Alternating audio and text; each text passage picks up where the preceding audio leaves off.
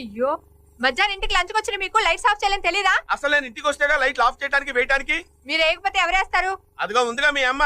మనం అలా బయటకు వెళ్ళగానే లైట్లు వేసినట్టు ఇటు తిరుగుంటది. మన ఎంట్రీ చూసి ఏమి ఎరగనట్టు మంచం ఎక్కేసింది.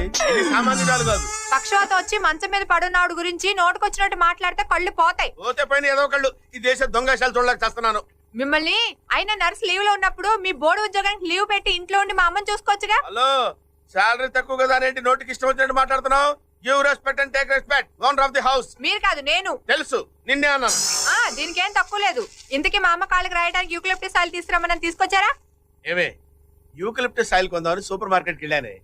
2 బ్రూ ప్యాకెట్లు కొంటే 2 బాంబే రవ్వ ఫ్రీ అన్నారు. 2 బాంబే రవ్వ కొంటే 2 బ్రూ ప్యాకెట్లు ఫ్రీ అన్నారు. నేనేం తెలివి తక్కువ అవి ఇవి ఎడపడా కొనేశాను. ఇవన్నీ కొంటే 5 లీటర్ల engine oil free. Engine oil దేనికి? మీ అమ్మ కాళ్ళకి రాయడానికి.